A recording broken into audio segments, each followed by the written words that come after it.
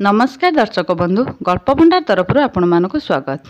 प्रिय दर्शक बंधु जदि आम चैनल टी को सब्सक्राइब करना दयाकोरी सब्सक्राइब कर दियंतु। काकुड़ी आपण माने निश्चिंत भावरे देखिथिबे खरा दिन आसिले काकुड़ीर व्यवहार सबुआडे बढ़ी जाई थाए, किंतु आपण केबे जानिछंती कि प्रतिदिन काकुड़ी व्यवहार कले कौन सब लाभ मिली थाए। काकुड़ी को अनेक लोक ओजन कमाइबा पाई मध्य व्यवहार करिथांती। एथिरे थिबा पोषक तत्व गुड़िक शरीर विभिन्न कार्य को सुचारू रूपे चलिबारे सहाय्य करिथाए। किछि अध्ययनरु काकुड़ी रोग प्रतिरोधक शक्ति मध्य वृद्धि करिथाए बोली मध्य सूचना मिलिछि। आसंतु काकुड़ी खाइबार लाभ गुड़िक विषय आलोचना करिबा। नंबर 1 काकुड़ी रे प्राय 96% पानी रही थाए। यह शरीर को पर्याप्त पानी जोगाई थाए एवं शरीर को सुस्थ रखिबारे सहाय्य करि थाए। यह मध्य पेट सफा करिबारे सहाय्य करे। नंबर 2 काकुड़ी रे थिबा विटामिन सी शरीरर रोग प्रतिरोधक क्षमता वृद्धि करि थाए। यह शरीर को विभिन्न संक्रामक रोग ठारू रक्षा करि थाए।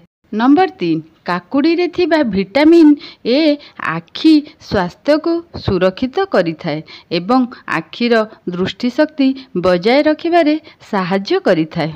नंबर 4 काकुड़ी रे प्रचुर परिमाण रे एंटीऑक्सीडेंट गुण थिबारु यह चर्मर स्वास्थ्य को उन्नत करिथाए। यह चर्म को सुंदर एवं नरम करिथाए। नंबर 5 काकुड़ी रे थिबा पोटासियम एवं विटामिन के हृदयंत्र रे थिबा पोटासियम र समता बजाय रखिथाए। यह हार्ट अटैक ओ स्ट्रोक परी हृदरोगर आशंका को कम करिथाए। नंबर 6 काकुड़ी रे फाइबर प्रचुर परिमाण रे मिली थाए। यह डायबिटीज रोगी पई खूब लाभदायक। यह रक्त रे शर्करा मात्रा स्थिर करिबारे सहाय्य करिथाए।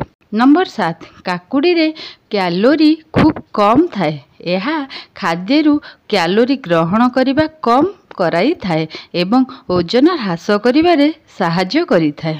नंबर 8 काकुड़ी रे थिबा प्रदाह विरोधी गुण गला ज्वर ओ काश आराम करिबारे सहाय्य करिथाए। यह गलार प्रदाह कम करिथाए।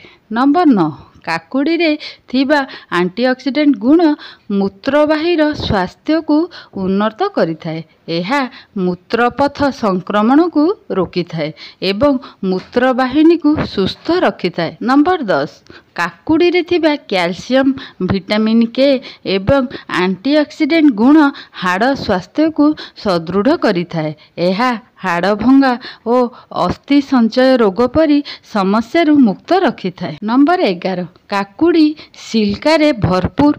यार यौगिक यार चर्म उपकारी गुण पाई विशेष जनाशुना। चर्मर इलास्टिसिटी एवं यौवनता बजाय रखिबा पाई एक प्रोटीन कोलाजेन गठन रे सहायक हुए।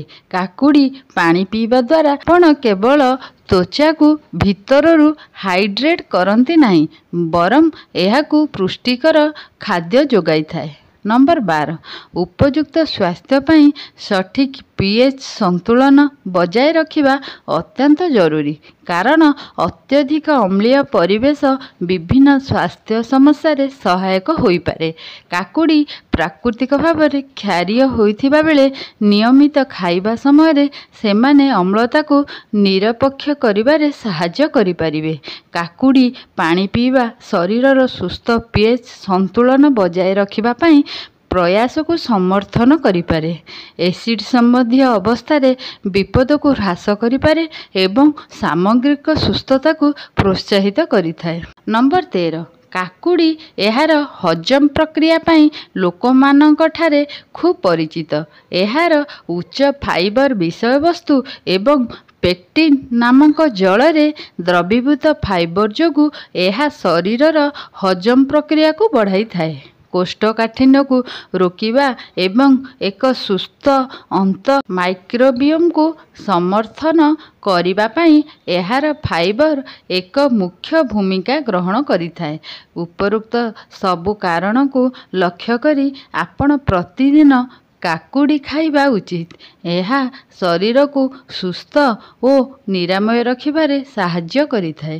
କାକୁଡ଼ି ବିଶେଷ ଭାବରେ ଡାଇବେଟିସ୍ ରୋଗୀଙ୍କ ପାଇଁ ଉପକାରୀ ହୋଇଥାଏ, କିନ୍ତୁ ଆପଣ ନିଜର ଖାଦ୍ୟରେ କୌଣସି ପରିବର୍ତ୍ତନ କରିବା ପୂର୍ବରୁ ଡାକ୍ତରଙ୍କ ପରାମର୍ଶ ନେବା ଅତ୍ୟନ୍ତ ଜରୁରୀ। ଆଶା କରୁଛି ଆଜି ଏହି ଟିପ୍ସ ଗୁଡ଼ିକ ସମସ୍ତଙ୍କୁ ବହୁତ ଭଲ ଲାଗିଥିବ ଏବଂ ଆପଣମାନଙ୍କର ଦରକାର ସମୟରେ ନିହାତି ଭାବରେ କାମରେ ଆସିବ। ଭିଡ଼ିଓଟି ଭଲ ଲାଗିଥିଲେ ଭିଡ଼ିଓଟି ସେୟାର କରନ୍ତୁ, ଲାଇକ୍ କରନ୍ତୁ। ଚ୍ୟାନେଲରେ ନୂଆ ଥିଲେ ଚ୍ୟାନେଲକୁ ସବସ୍କ୍ରାଇବ୍ କରିଦିଅନ୍ତୁ। ଭିଡ଼ିଓଟି ସମ୍ପୂର୍ଣ୍ଣ ଦେଖିଥିବାରୁ ଆପଣଙ୍କୁ ଅଶେଷ ଅଶେଷ ଧନ୍ୟବାଦ। ଜୟ ଜଗନ୍ନାଥ।